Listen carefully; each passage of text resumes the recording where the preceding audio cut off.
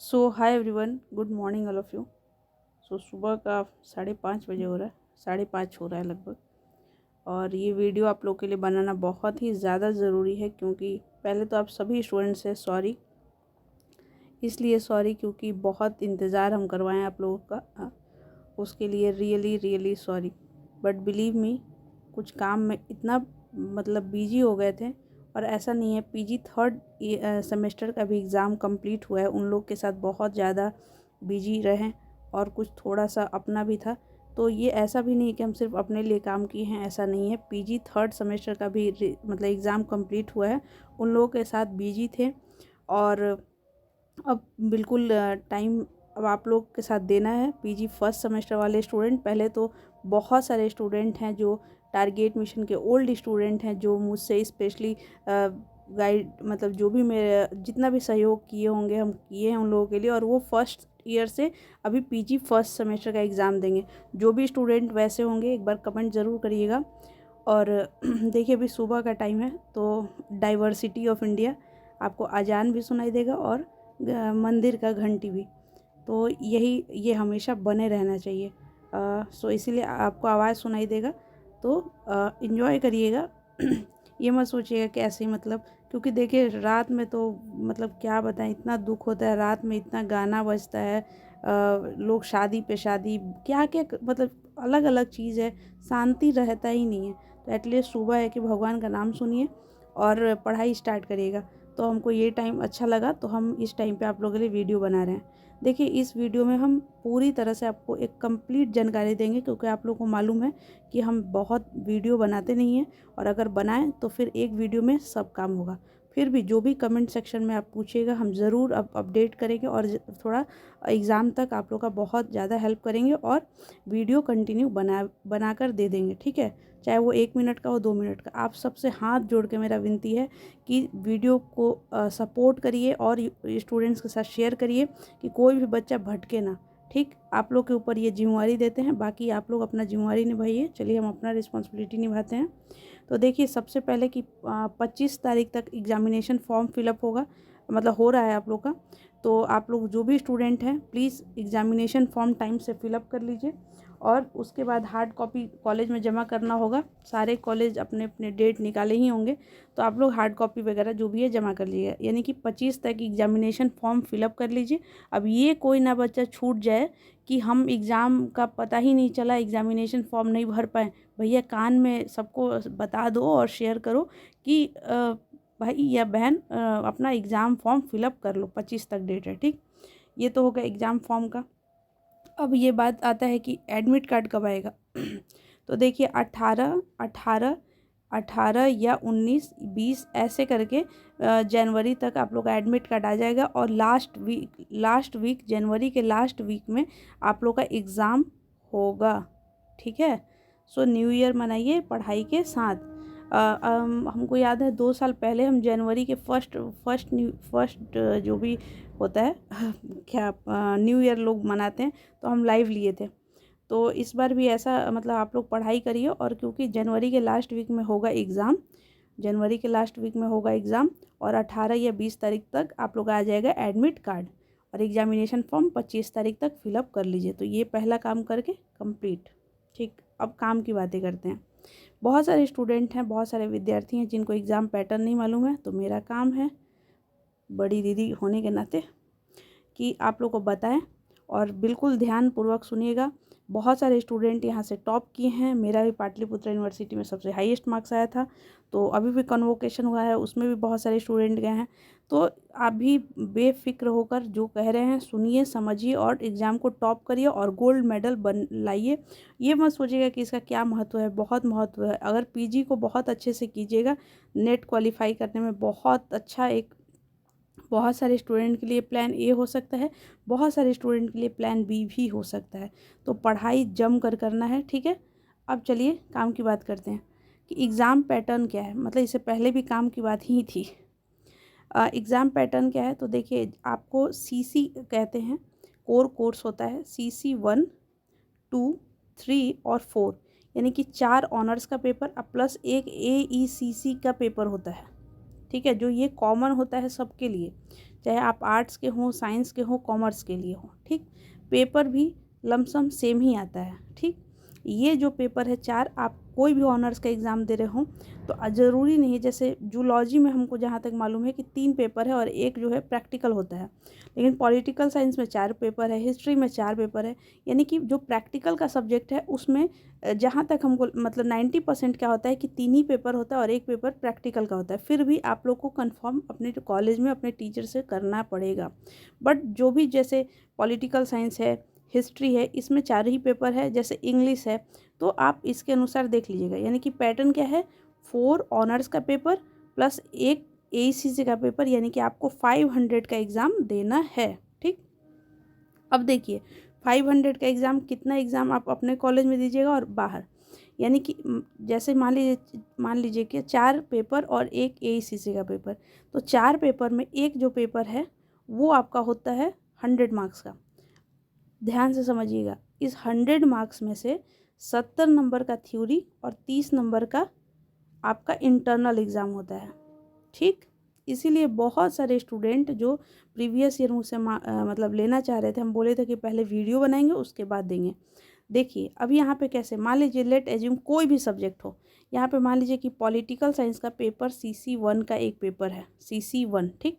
इस CC1 में 70 number का आप लोग को एग्ज़ाम जो दूसरे कॉलेज में जाकर दीजिएगा, जिसके लिए एग्जामिनेशन फॉर्म फिलअप कर रहे हैं, एडमिट कार्ड आएगा, ये सब।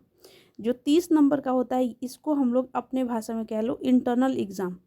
यानी कि आपका पेपर कितना नंबर का होगा, 70 नंबर का, इंटरनल एग्ज़ाम 30 नंबर का। बहुत मायने रखता है, दोनों को मिलाकर 100 मार्क्स बनता है और इसी 100 नंबर पे आपका जो है मेरिट बनता है कि A+ आया है, कि A++ आया है, कि B+ आया है, कि C आया है, कि क्या आया है, ठीक। समझ में आया।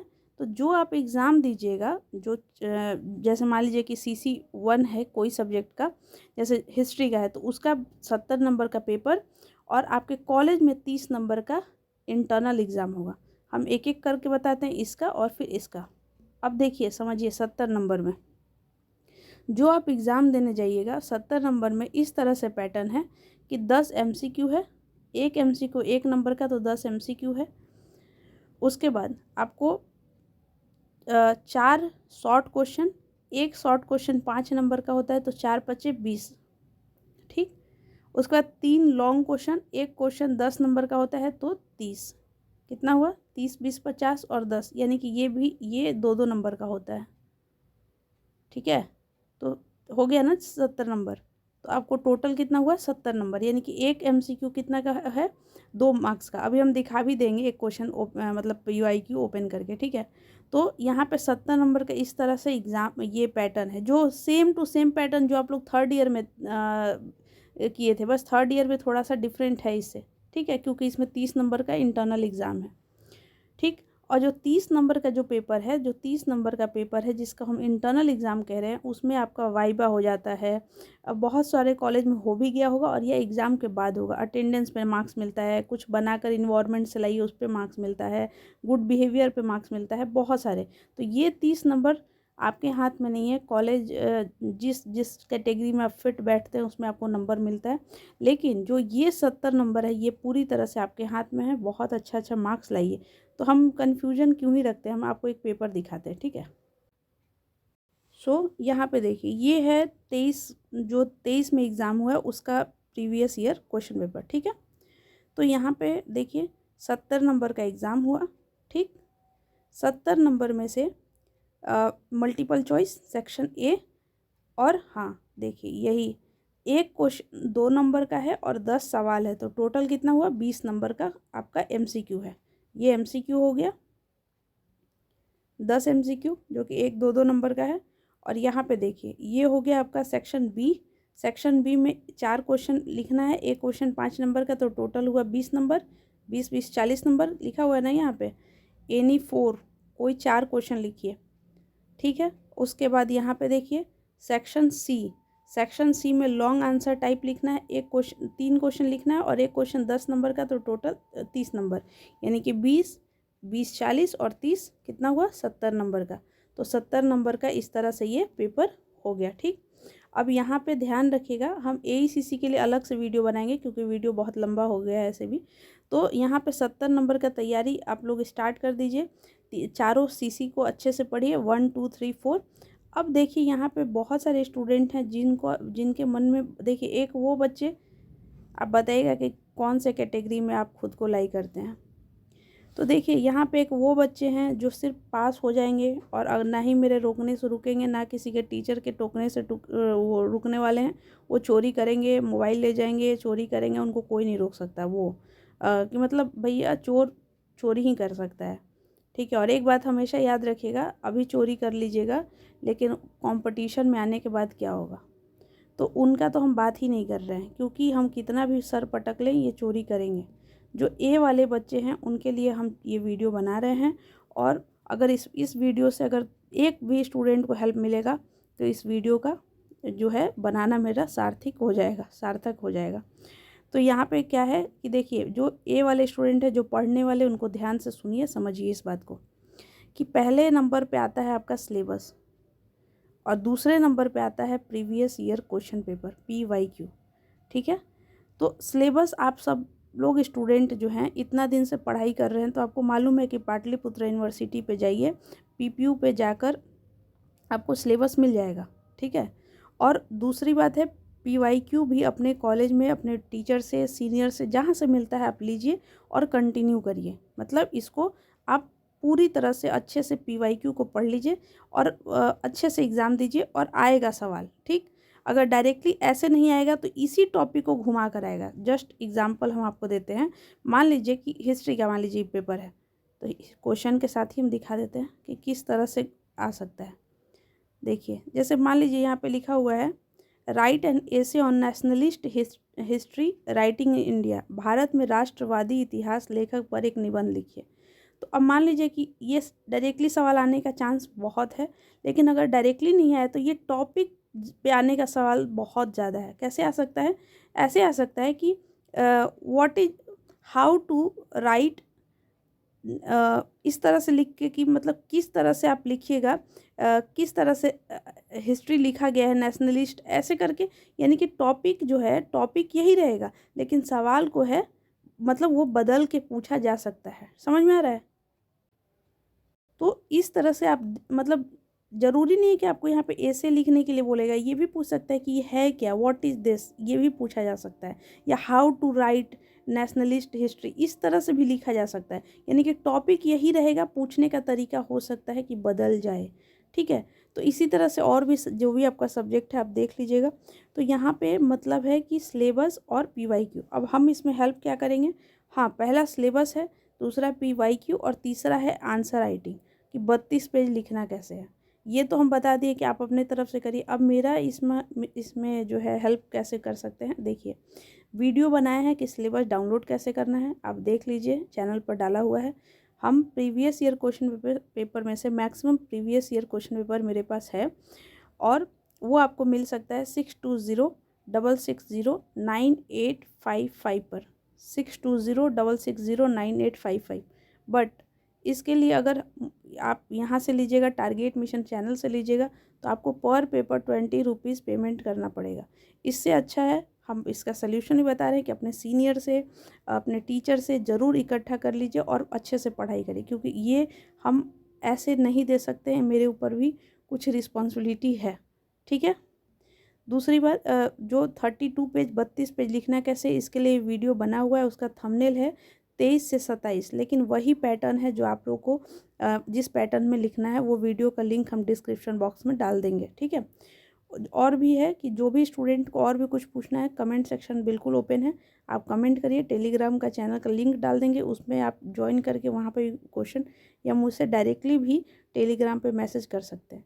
So thank you so much. इतना ही था PG फर्स्ट सेमेस्टर के लिए, और ये कंप्लीट वीडियो है PG फर्स्ट सेमेस्टर के स्टूडेंट्स के लिए। क्या पढ़ना है, कब तक एग्ज़ाम फॉर्म है, एडमिट कार्ड है, कैसे पढ़ना है, टॉप कैसे करना है, सब कुछ बता दिए। और ये सब उनके लिए है जो पढ़ने वाले होंगे, कैटेगरी A।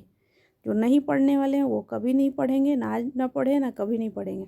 तो आप देख लीजिए क्या करना है, बस बाकी ऑल द बेस्ट। जो स्टूडेंट सिंसियर होंगे 100% हम 24/7 हेल्प करेंगे। और फिर से एक बार हम माफ़ी मांगते हैं बहुत मतलब डिले करके ये वीडियो हम बना रहे हैं। So thank you so much, wish you all the best. Please support कीजिए और टारगेट मिशन को।